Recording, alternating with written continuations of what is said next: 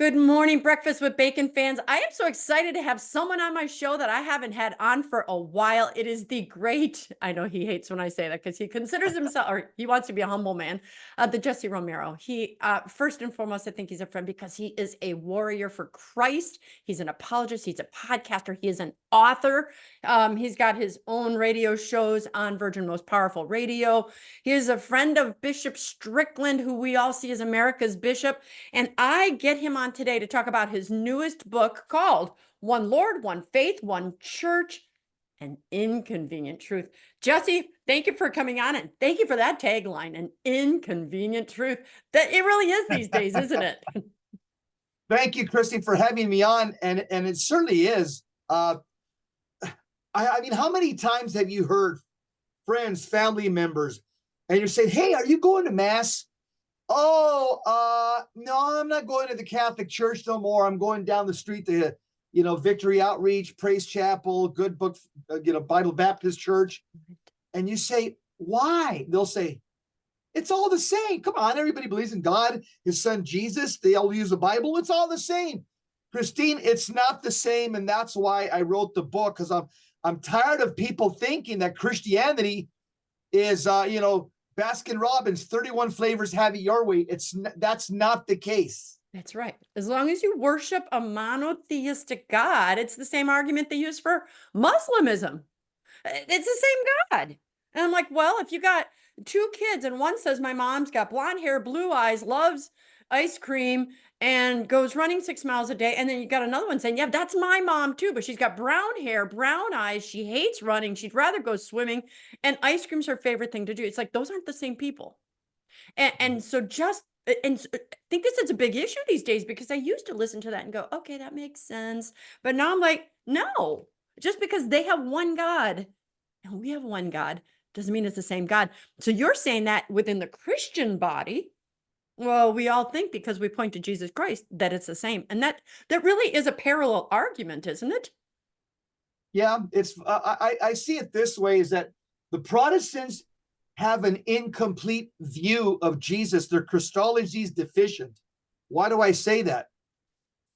Protestants and Catholics believe that God became a man, the incarnation. So far, so good. Protestant Catholics believe that the Son of God is the second person of the Trinity. So far, so good. But Catholics and Orthodox, we believe that this God that became a man at the incarnation now becomes our sacred meal in Holy Communion. Protestants say, no, there's no way God can do that. That's a symbol. That's just represents God. God doesn't do that. He can't do that. So they limit as to what God can or cannot do. Catholics and the Orthodox, we believe that the humility of God continues beyond the incarnation, and that God becomes our sacred meal in every single Catholic Mass or divine liturgy, and what we call Holy Communion or the Holy Eucharist. Then something else that really separates us. Protestants, they're over 40,000 denominations and counting right now throughout the world. That's not the case. That's not the way the church started in 33 AD. In the book, I demonstrate that Jesus Christ started the Roman Catholic Church in 33 AD, and there's several chapters where I prove this academically. And so again, that's the bulk of the book. You could take this book and take 2 or 3 of my chapters, and like a lawyer impanel a jury and say, okay, I'm gonna find the Catholic Church guilty of being founded by Jesus Christ. Your Honor, can I proceed? Yeah, Jesse, you can proceed. You start putting witnesses in the witness stand, and the witnesses are in my book. I quote Protestant witnesses, Jewish witnesses, secular witnesses, saying the same thing that the church fathers have been saying. Jesus Christ started the Roman Catholic Church in 33 AD. If anybody hears the evidence from this book, and there are 12 jurors sitting, listening to the evidence, they're all going to take about 1 minute to deliberate and say, guilty. Jesus Christ started the Roman Catholic Church in 33 AD. Again, I wrote this book with my friend Paul Zucarelli, and the reason is because I'm just tired of hearing so many Catholics. I used to be Catholic, or so many, Jesus-loving Protestants. I used to be Catholic, and they think that the church is all the same. No, it isn't. No. I'll give you just an analogy that'll make sense, and this is in the book. Jesus is called the bridegroom. The church is called the bride. Well, Jesus is monogamous. He doesn't violate the 6th and 9th commandment. So Jesus Christ doesn't have a harem. He doesn't have a brothel. That's what Protestantism is. It's a brothel. It's a harem. Jesus doesn't have girlfriends or concubines. He has one bride. He's monogamous. The Bible says he's faithful and true. And the only church that can trace their pedigree and their breadcrumbs to 33 AD in Jerusalem is the Roman Catholic Church. That's the thesis and the conclusion of the book. And again, it's written for people. For example, people like Candace Owen who are searching for the true church. She's a Jesus-loving Protestant, and she's come into the Catholic Church. Well, a book like mine could make her journey. It could expedite her journey because she already loves Jesus. She's already a Jesus-loving Protestant. So if somebody would get her a book like that to somebody like Candace Owens, Dr. Jordan Peterson, I connect the dots immediately where they don't have to search on their own for 5 or 10 years. Okay, let me keep on researching. Which church did Jesus start? Which church did Jesus start? I did all the homework for you. Yeah. Once you love Jesus, my book connects them to the church that Jesus started. What I love about that is, I'm glad you brought up Candace. She's one of my favorites, is that she seeks to get intellectual knowledge. And she, like you, is not afraid. She's courageous. She's not afraid of what other people think about her. So she's like, let's just look at the facts. I mean, it was a gift that she married a man who's a Catholic, who also was an intellectual, who also said, let's just look through the historical facts. And you also, I'm glad you talked on the polygamy, because that's the part of the book that really captured me when I was going through it, is the fact that, and I want to kind of rephrase what you said. So what you're saying is, every time the church splits, so we were one church, and then you had the Protestants broke off in 1500. Actually, I think we broke Eastern before that, but then the Protestants broke off in 1500. And every time the Protestants have a church split, becomes another church, another bride, another church, another bride, another church, supposedly another bride. And so it is the fact that it shows, when is the craziness done? One of my PhD classmates, in love with God, Protestant, she did her whole doctoral dissertation on church splits and talked about how painful it was and who do you believe. And so this idea of go to the authority. Who gave your pastor authority? And then who gave that pastor authority? And then who gave that one? And so I love it. And it's written, Jesse, what I love too, I always think about my mom. My mom is an incredible woman, loves the Lord, would die for him, but she always says, I'm just not smart like you. I'm not smart like you. And so when I look at a book, I'm always thinking about my mom.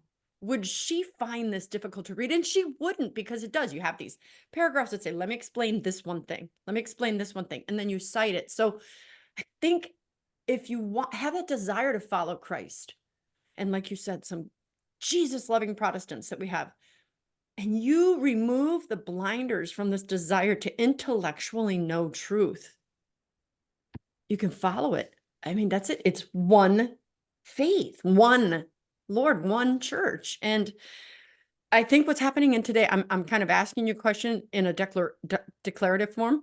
I think what's happening today in our culture is what's causing you to say, enough is enough. I'm just going to put it out factually, because I'm not going to fight you. I don't care what you think about me anymore. I'm not going to hide from it. Was there any of that in there?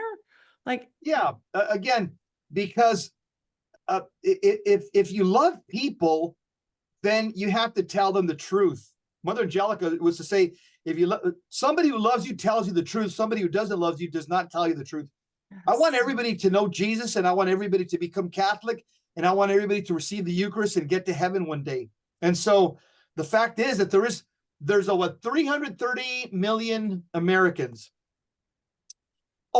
There's about 250 million, from 220 million to 250 million, that are Protestant Americans, about 70 million Catholic Americans. So Protestants, by and large, are the bulk of this country. They're the majority. Many of them love Jesus. Mike, think about Mike the Pillow Guy, governor, ex-governor from Arkansas. What's his name? We're both I'm talking about. Yeah. Yeah, Franklin Graham. I mean, the list goes on. There are so many Jesus-loving Protestants, but there's a blind spot there. And one of the reasons that we as Catholics or and Christians in general in this country, we haven't been able to win entirely on the pro-life issue, on the homosexual LGBTQ issue, the Pride Month. Why are we losing? Why we're not gaining ground? We're losing ground, and I'll tell you why. Because we're divided. And Jesus warned us. He says, "A house divided cannot stand." And because we can't even agree on some basic moral issues as Christians in this country, we are a house divided. Can you imagine if all the Protestants and all the Catholics were in love with Christ and all of us had the same moral understanding based on one magisterial teaching and one unified doctrine? We could steamroll the culture of death in this country overnight. We would have the numbers to put anybody we want into office as president, vice president, senator, congressman, governor. But the fact is, the devil knows that he's used the Protestant Reformation against us.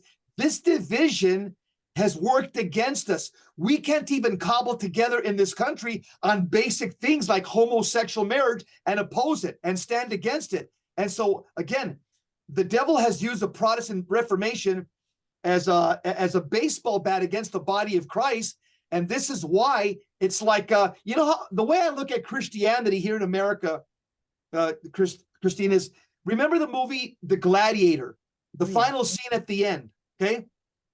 The gladiator's in chains in a prison, and then Emperor Commodus comes up to him, and he's got a knife or an arrow. He's got some stabbing instrument. He comes in, he goes, "Well, we're going to go fight in the arena, and I want everybody to see, the emperor beat the great gladiator."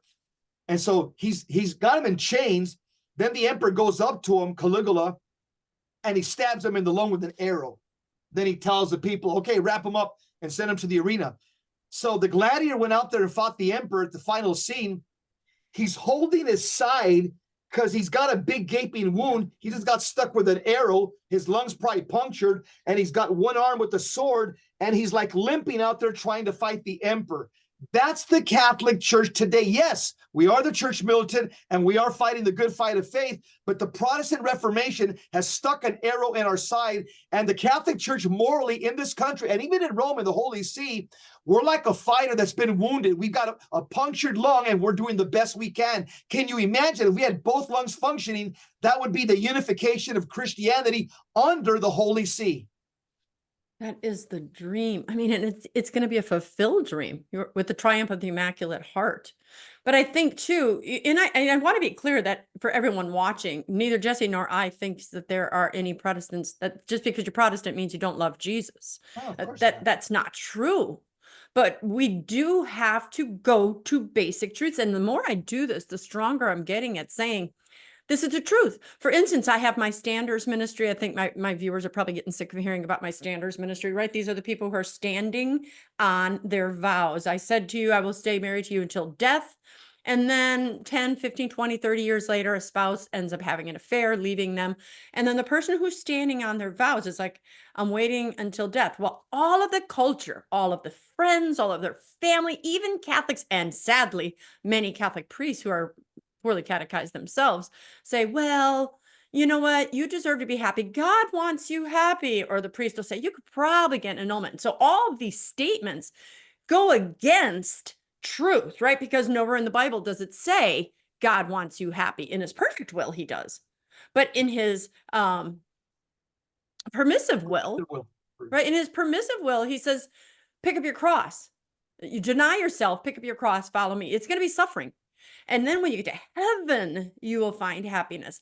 So these standers here are saying, I've got to stand on truth no matter how much the culture around me tells me different. So what's funny about this is that I have Catholics and Protestants in the group, and I've agreed as part of the bylaws of our group, is I'm not going to proselytize because we're divided so many. I mean, just to get a standards, like maybe 1/1000% of the population. But when I get opportunities, I say to them, and they're like, this just sounds right. Like, I just know God is telling me I'm supposed to stand on my vows. And I said, you know what? The Catholic Church is the only church in the whole world that says, of Christian religions, I should say for sure, that marriage is indissoluble. It never ends. So what's happening is they're feeling truth, but because they're Protestant, they can't exactly put words to it. And I'm saying, here it is. Read it in the catechism, read it in the Bible. Here's what God says. And so you're right. We are divided, but as I think God is using this to come together and say, let's just learn. Christine, just gently tell them that there's only one truth. There's only one faith. There's only one Lord. And if you follow this path, you will find your way to God better. And so, gosh, I'm so glad you're putting it in here. Let me ask you though, why, I mean, you kind of just put into it here. You said, I'm tired of whatever, but what caused you to like sit down and write this first page? There's other books out there where were you just getting so many people that argued? Did you say, I want to hand you a handbook? I mean, was there a moment where you said, I've got to write this?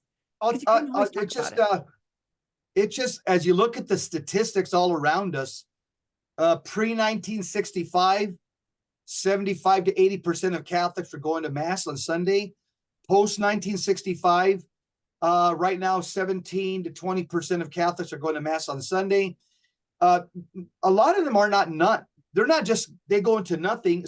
A lot of them go into Protestantism. And again, because of the poor catechesis, they all believe it's all the same. And it's not the same. And so that's why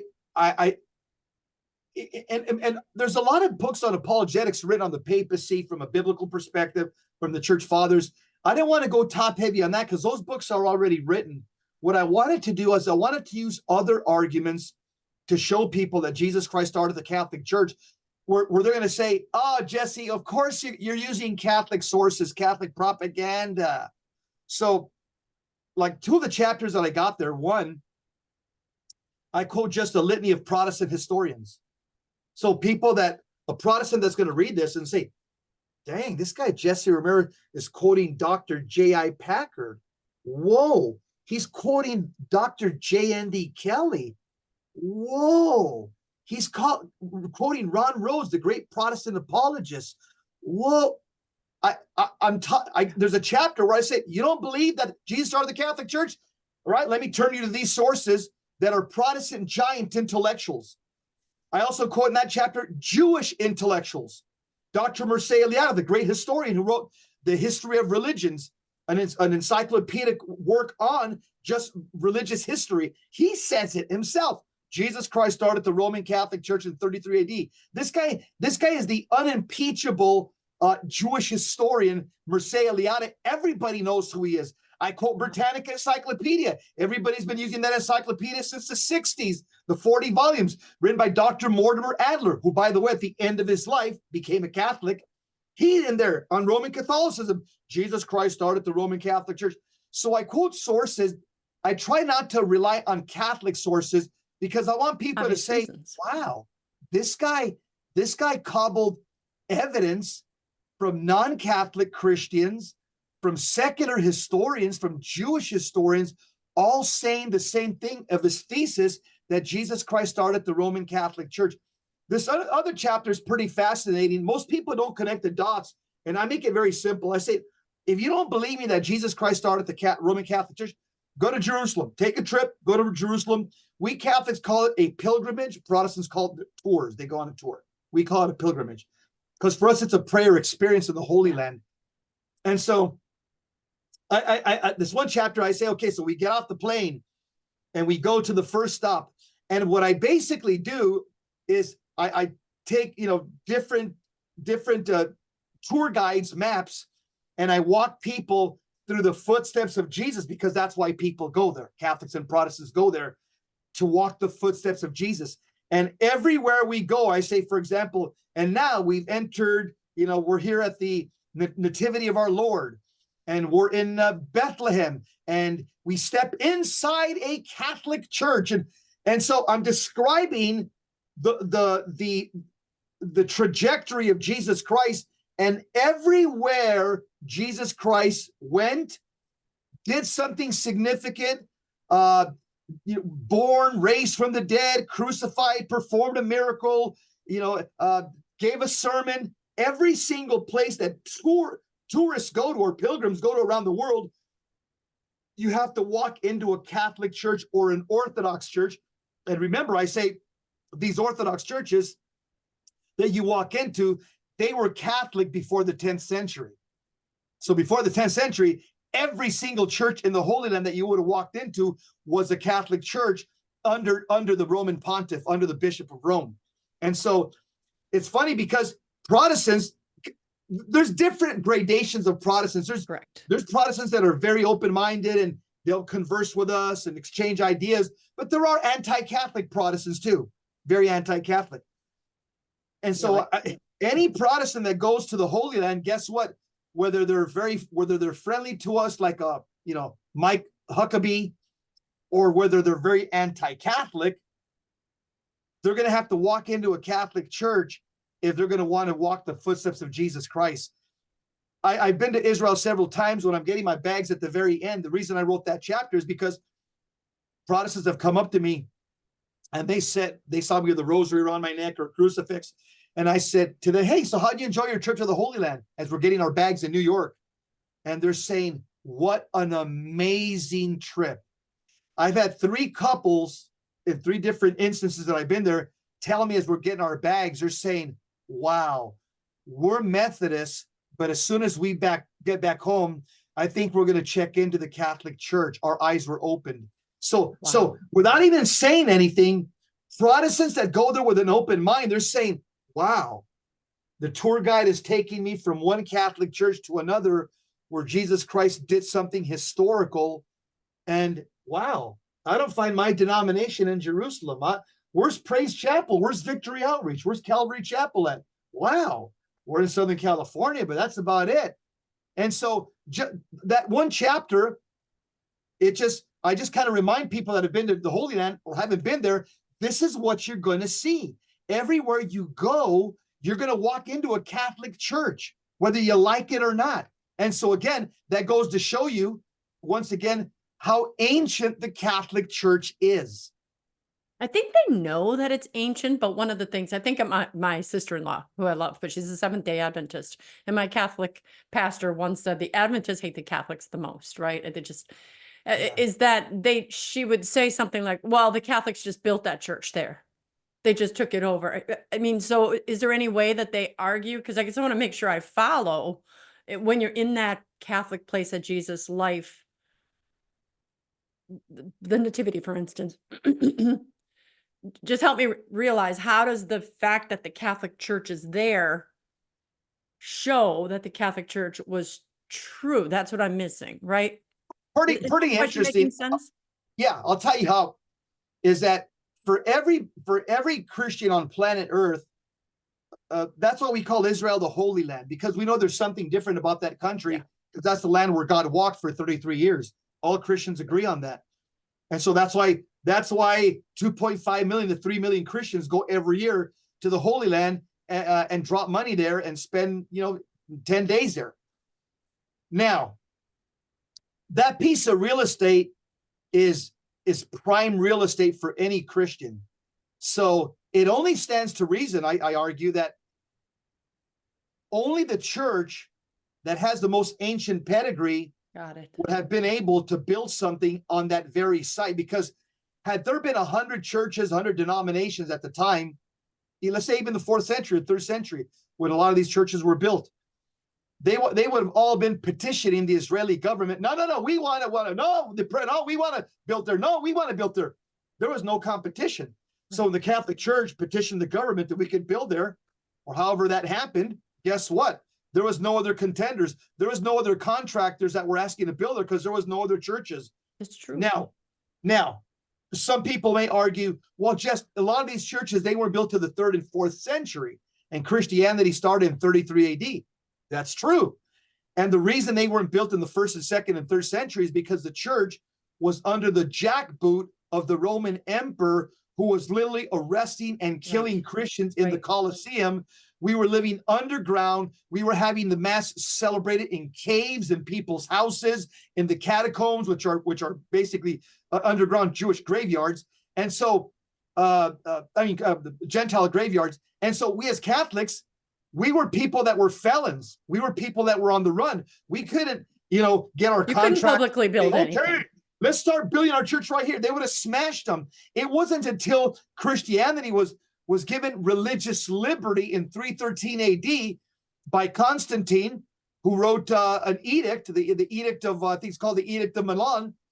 When we got religious liberty, now Catholics could come out from hiding, because we were in hiding for 300 years, because they were using us as barbecue for the emperor's, courtrooms, putting us in pitches and lighting us on fire, or sending us to the Colosseum to be killed by the lions and tigers as sport and entertainment. Once the church received religious liberty by Emperor Constantine, who had a conversion to Christ, at that point, the church is going to start saying, okay, now we're out of the shadows. That's right. We're organizing. The church saying, see that Greek pantheon? We're going to convert that to a Catholic church, that pantheon to the goddess Diana, that pantheon to the goddess Osiris. The church, as the church was given authority and legalization and given liberty by Constantine, the church came out from underground and began spreading visibly and building churches, because we knew that's exactly what Christ wanted us to do, to build churches so we could celebrate the Eucharist and people could receive the bread of life, the Holy Eucharist. So all those ancient Catholic churches, they used to be pagan pantheons, except but for Jerusalem, those churches were built right from the ground up. A lot of them were synagogues. When you go there, you'll see there's a synagogue underneath that was destroyed in 70 AD, and the Catholic Church built in the 3rd, 4th century a church right over a synagogue that was destroyed by the Roman Empire. So my point is, Christine, if there was 100 denominations that were around in the 3rd or 4th century, all of them would have been petitioning to build their building right there in that real estate where Christ rose from the dead or Christ was baptized. But the fact is, there was no other competitors. The Catholic Church was the only church around at the time. And so it was quite easily for the Catholic Church to get the permission and the authority from the governing bodies to build the church at the site where Christ did something significant. Wow. What you just spoke to was Father Mark Riley, a priest friend of mine, once said to me, there is not a single Protestant religion that was formed by adding anything to the doctrine of faith. It was there. It always existed. But they were formed by stripping away that which they did not want to accept. I'm going to take away purgatory. I'm going to take away Mary. I'm going to take away this. And that's why you keep getting these factions of the religion. And so this idea just my thoughts are going away. This idea then is that we need to put back together these things. And the only way you can do that is if you seek truth. So you really, truly do need to have an open mind. I think of some of the most famous pastors right now, big names that the Protestants love. Francis Chan, he's one that's coming to mind right now. He had hundreds of thousands of people following him. When he started studying, let me go back into history and let me not let my own biases stop me. He and many others, I wish I could think of some other names right now, are going, wow, what really happened when Christ formed the church, a church, was what took place on that altar. And so he said, the Catholics really have it right. Well, people are like beating against him. Like, how can you say that? And I've met many other Protestant pastors that are becoming Catholic going, if I allow myself to keep my mind open and I follow that thread, that hierarchy through time, who gave who authority, what did we have, what did we believe, who stripped it away, it always leads you back. Every road leads you back to Rome, right? It always leads you back. That's a recurring sentence in the book. Oh, is it? Okay. Yeah, it's a recurring sentence. It's very, very powerful. You have to have an open mind in order to understand it really is. Jesus wants just the one faith for such a time as this. The Antichrist is going to make his appearance sometime soon, and we will better fight if we are unified than if we're divided. We need to seek truth, and we need to tell ourselves, lose your arrogance, lose your pride, check for truth. Right. That's exactly what keeps us divided is pride. And don't get me wrong. As a Catholic, I'm not here saying that we're the perfect church. Okay. The only qualification you need to be a Catholic is to be a sinner. If you're a sinner, come on down and join up. Okay, there's an empty seat for you. That's why Jesus Christ started the church. It's a hospital for sinners. It's not a museum of saints. Yeah. But the point that I'm making in this book, the Catholic Church is not the perfect church, but it's the true church. anytime you have human beings in any organization, it's not going to be perfect. Military, police departments, Congress, White House, governor's office, district attorney's office, Facebook, Pfizer, Moderna.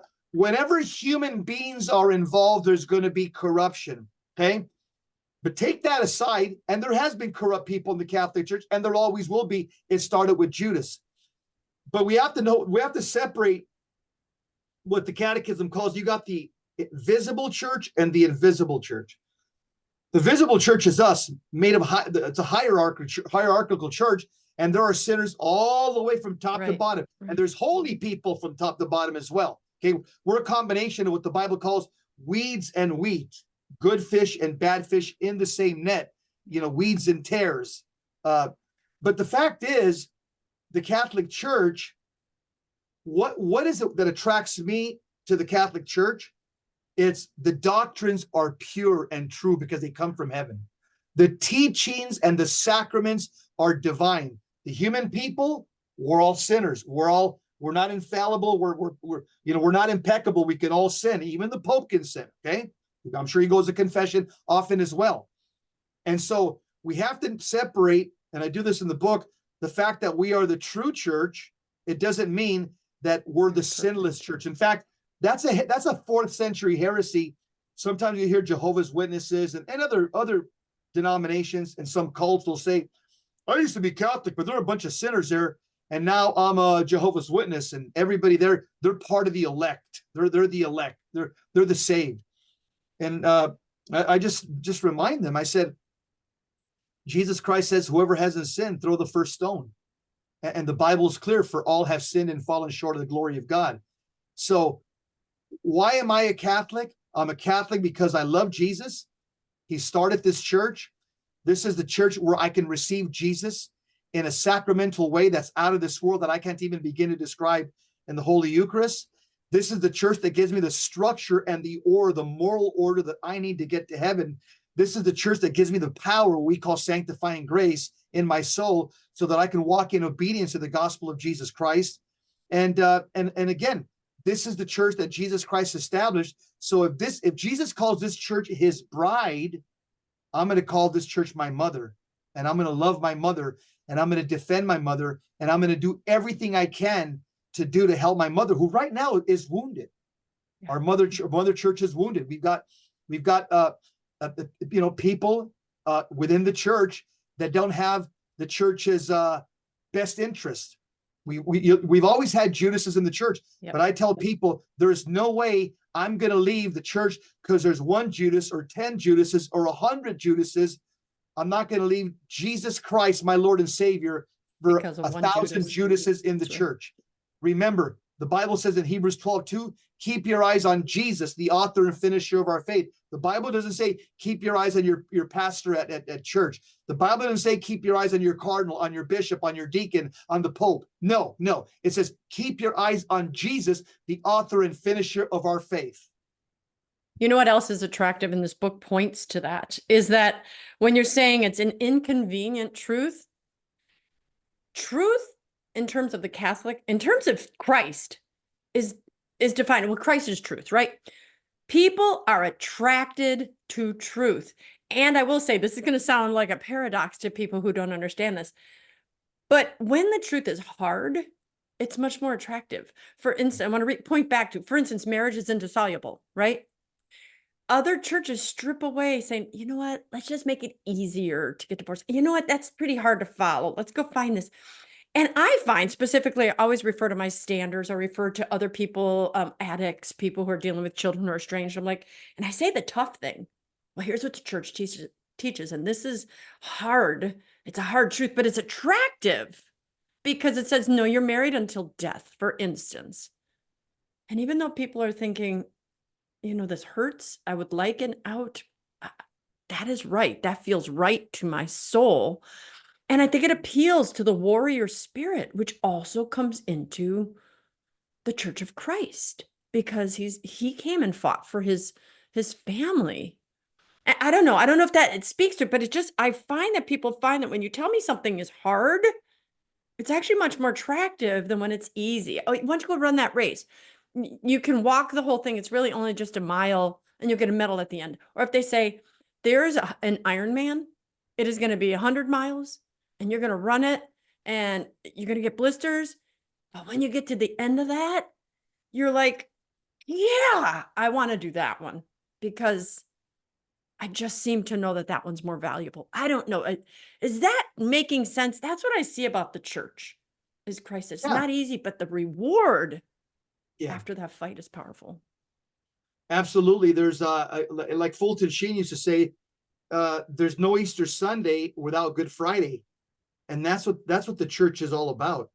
It's basically deferred happiness. I forget which one of the Teresa saints, Teresa of Lisieux, Saint Teresa of Avila, said, God did not intend for you to be totally happy in this life, but you will be totally happy in the next life with him in heaven. And so it's called deferred gratification. We're called to, Jesus, put your hand on the plow and don't look back. Pick up your cross and follow me. Those are things that are difficult. Those are things that are arduous. Those aren't things that are pleasant. It's not like sitting on the couch and drinking an iced tea, under the air conditioner. Christianity is a tough road, but at the end, it's going to be worth it.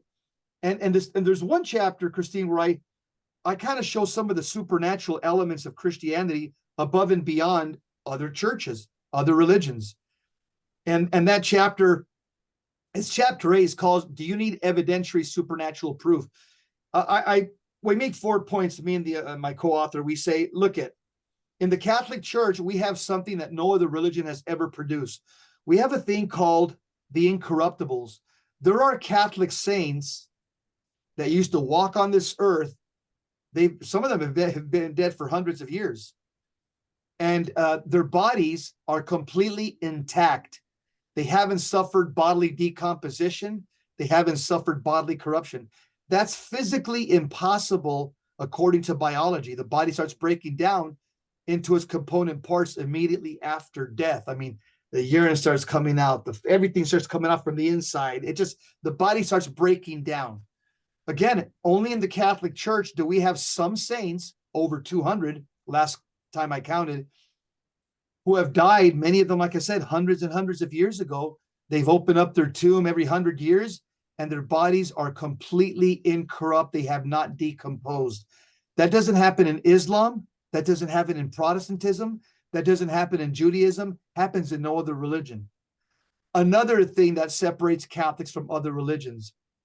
Only in the Catholic Church do we have what's called Marian apparitions. God sends his mother to the world at different points in times in history to give a message, not to add to the gospel. She's not adding to the gospel. What she's doing is reiterating what Christ has already told us.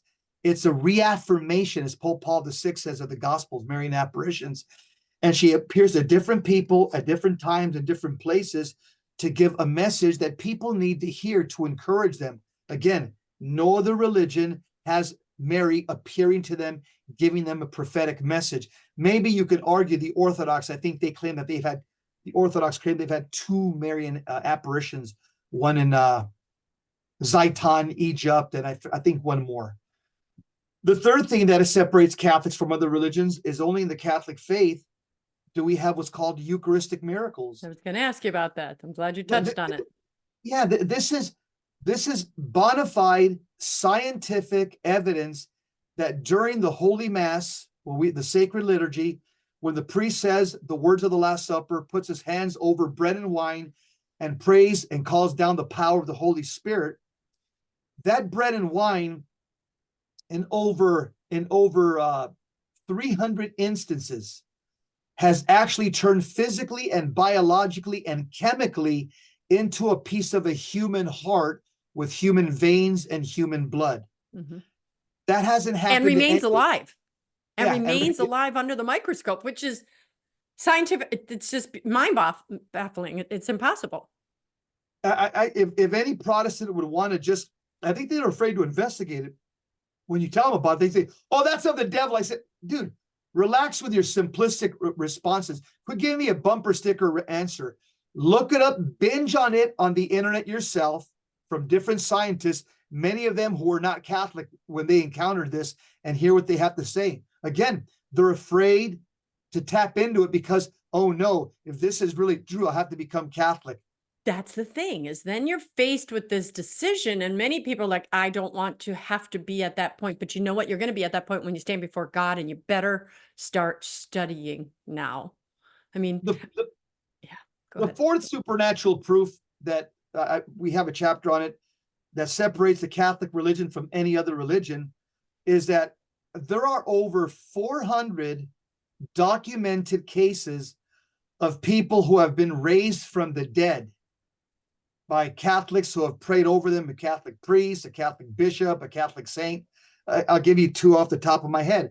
Saint Vincent of Ferrer, they used to call him the angel of the apocalypse. He was such a great preacher. In his priestly ministry, it was said that he raised 27 people from the dead by laying hands on them, either the anointing of the sick and praying for them after. But it's documented that that saint alone raised 27 people from the dead. Saint Teresa of Avila, her mother died. She went to go visit her mother at her bedside. She was crying, no, Mom, I don't want you to die. Not yet, not yet. Saint Teresa of Avila at her bedside prayed to God to raise her mother from the dead. Her mom came back to life. Again, these stories of people being raised from the dead, well documented.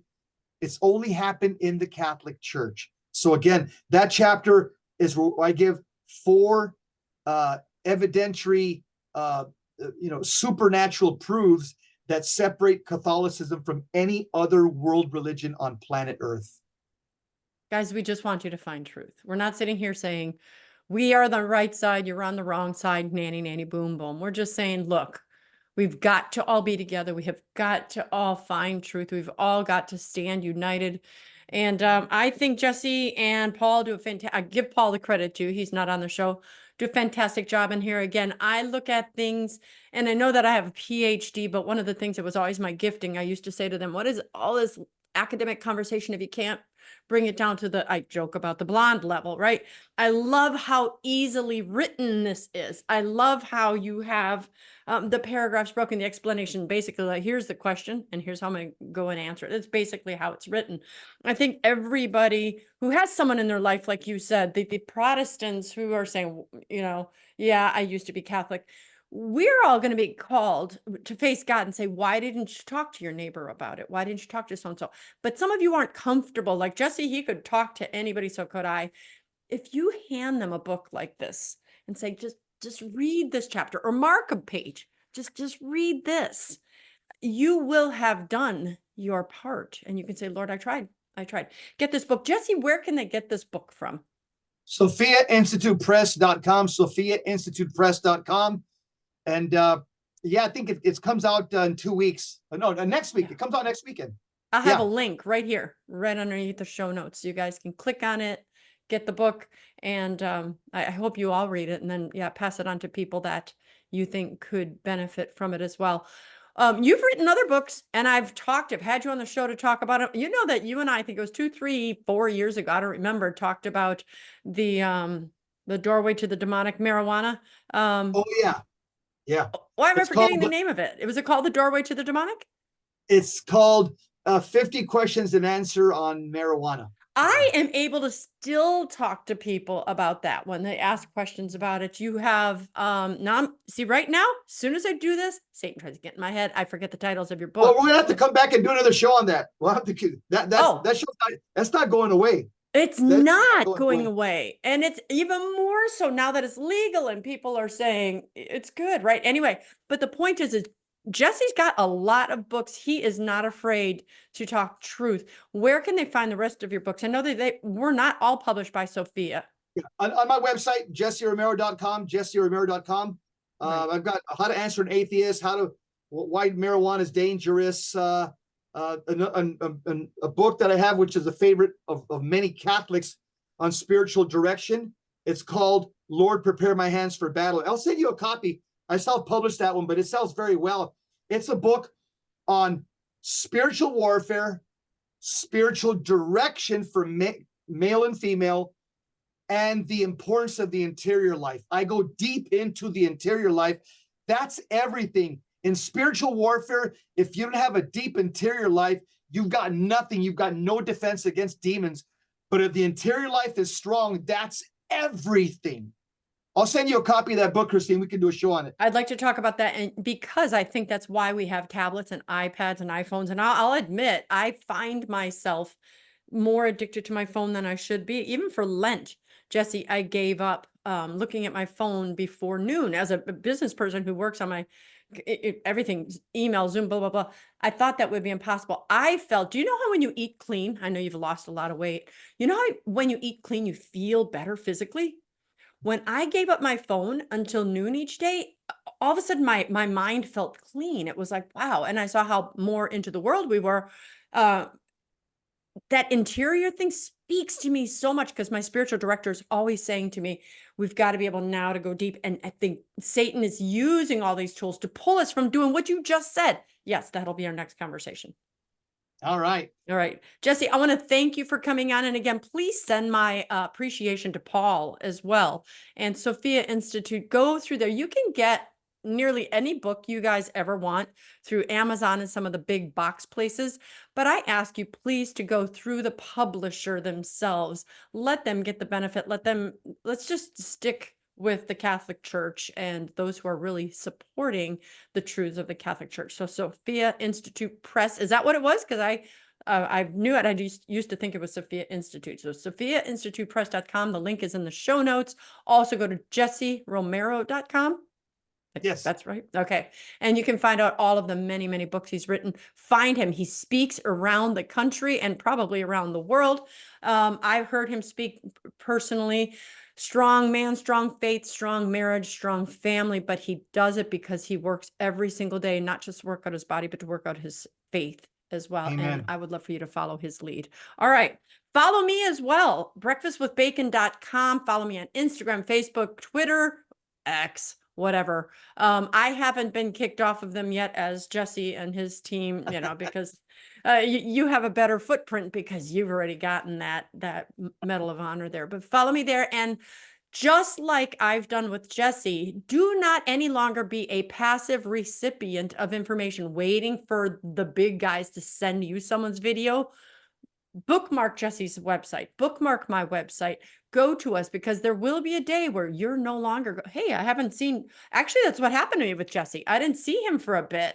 And then I found out that he was speaking so much inconvenient truth that those, I'm not going to say it here because that's how I'm broadcasting, those social media outlets didn't want it anymore. So they go through their own channels as well. So like us, like me, share this broadcast. All right. I think we're going to have to call it to an end there. So want to remind you guys. All right. I am Dr. Christine Bacon. You've been watching Breakfast with Bacon, and I'd like to remind you always to live your life. Jesse, remember how to do this? Yes.